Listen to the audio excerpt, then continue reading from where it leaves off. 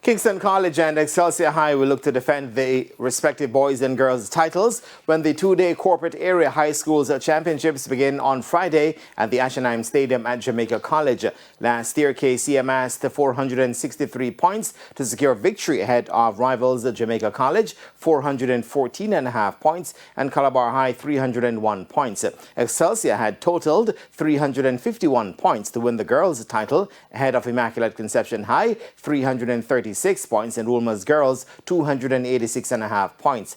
Head coach of Immaculate, Franz Ford, says he expects 2 days of tough competition, but notes his team has the ammunition to take top honors this year. To have back some of our girls from last year, and they're definitely going to be coming, and they are going to be, you know, they have their plans, because we also have our plans as well, but we do respect our competitors out there.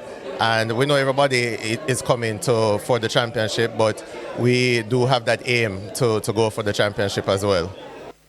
Meanwhile, a total of 23 finals are scheduled for the opening day. Notably, the finals for the boys and girls 2,000-meter steeplechase, as well as the Class 1 boys pole vault, were held at the Youngster Goldsmith Classics on February 7 at the National Stadium. The meet gets underway at 8:30 on Friday morning with the preliminaries of the Class 4 girls 70-meter hurdles.